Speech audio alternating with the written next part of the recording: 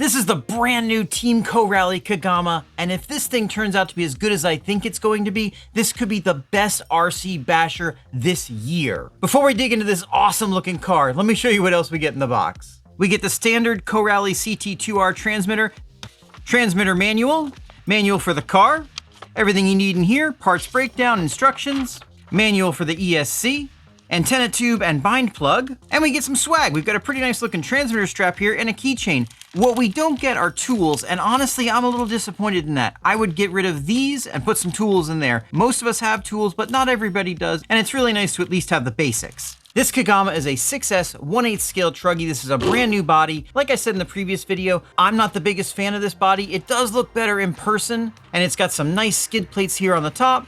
We've got body pin tethers, and these Team Corally body pins are really nice. They're very easy to remove. Some of the best body pins in the industry.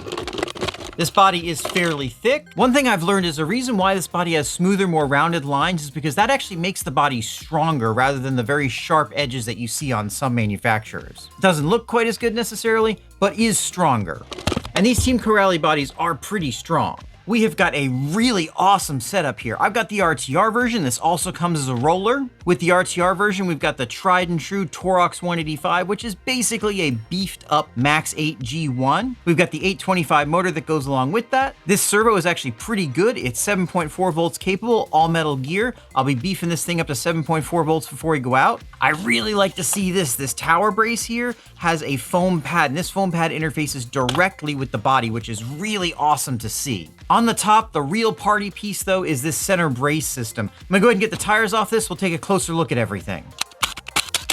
These tires are a carryover from a previous generation, but these are really, really good tires and very strong wheels. I would have liked to have seen at least a slight update to these, but these are some of the best tires in the industry. Super thick rubber, really good bashing tire. Unfortunately, to go along with those, we still have non-serrated wheel nuts. I'm sure they have a good reason for this, but I think since the entire industry uses serrated wheel nuts, they should be as well. Now, that gives us a better look at this nice, awesome tower-to-tower brace. This is probably the beefiest tower-to-tower brace on any RC car out there right now. It connects in the middle with the center differential and has a bunch of mounting points front and rear, as well as a ton of bracing down to the chassis. That chassis is going to be a 6061 plate aluminum chassis. 7075 would have been cool, but of course that would have made it more expensive. That chassis attaches with these really nice skid plates to huge, beefy new arms. These arms look super durable. They're similar in style to the Asuga arms. They attach with some super beefy A, B, C, and D blocks. And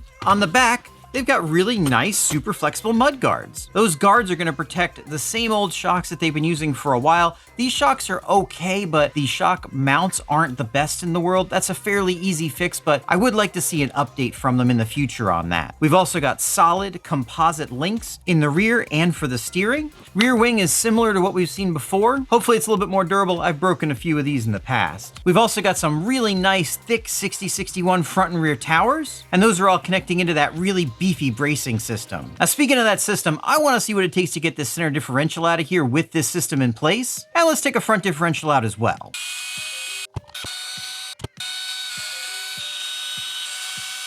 And there we go. Pretty easy to take out. I also took off the front skid so we can take a look at this really beefy A block. This is the same for the A, B, C, and D blocks all the way back.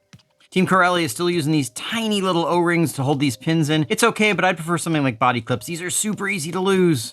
Under here, we get a better look at that brace system, and it does look extremely beefy. Let's see how hard it is to take off.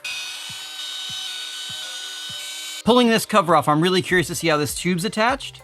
Okay, so it's not screwed in.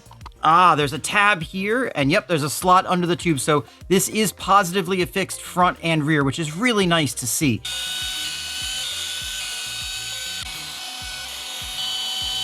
Okay, I think that's it. Yep, this cover comes right off now, and we can pull the center differential right out. Here's the aftermath of taking it out. Not too bad. These center brace tubes look really nice. This aluminum is pretty thick, and overall, I think this is probably going to be the best center brace system in the industry. Center differential has an aluminum housing, sealed bearings, those spring steel outdrives, and very thin fluid. We're going to pull this apart right now and put some thicker fluid in here for bashing. Let's get some 1 million in there.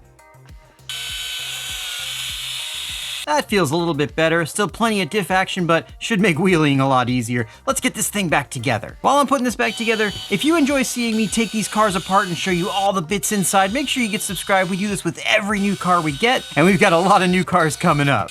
All right, guys, she's all back together, and so far I am super impressed with this. This center brace setup is absolutely perfect. It is really easy to take off and looks very, very durable. And everything else in this car looks like typical Team Corally quality. I expect this car to be a lot of fun, but there's only one way to find that out. We're gonna take this out right now, see just how fast it is off-road, take it out for some bashing, and see how much fun it is. Come join me. All right, Team Corally claims this thing will do 60 miles an hour, but that's probably on-road with a speed gear, but let's see what the practical top speed off-road is.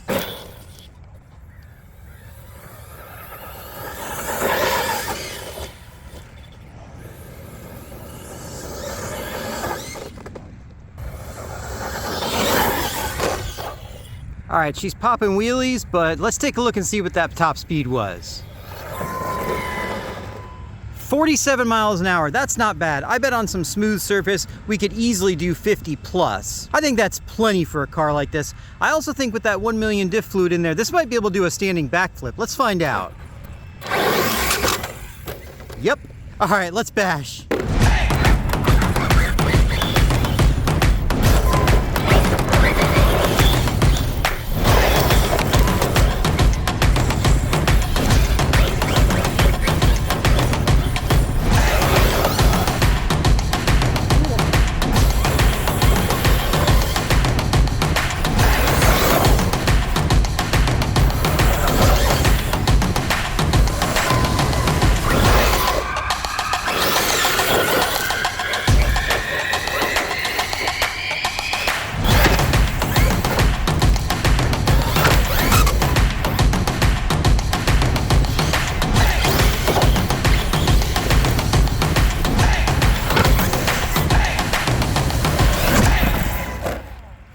Wow, guys, I am so impressed with this car so far. This thing is awesome right out of the box. I'm talking standing backflips, 50 miles an hour off-road, handles very well, loves to land on its wheels. This thing is an absolute blast, and not only does the body still look brand new, but the chassis still looks brand new. I even had my mom out there with me, and she never drives RC cars. She took this thing out and was having a blast with it. If this thing turns out to be as durable as the Asuga is, and can handle the jumps, I think this could be the best RTR basher ever made, hands down. That's a bold claim, and we're gonna need some bold action to back it up. In the next video, we're gonna get that action out in the big ramp. We're gonna see how this thing handles big air, big crashing. If you wanna see that, make sure you get subscribed so you don't miss it. That's coming up next. Thanks so much for watching. Check out this video.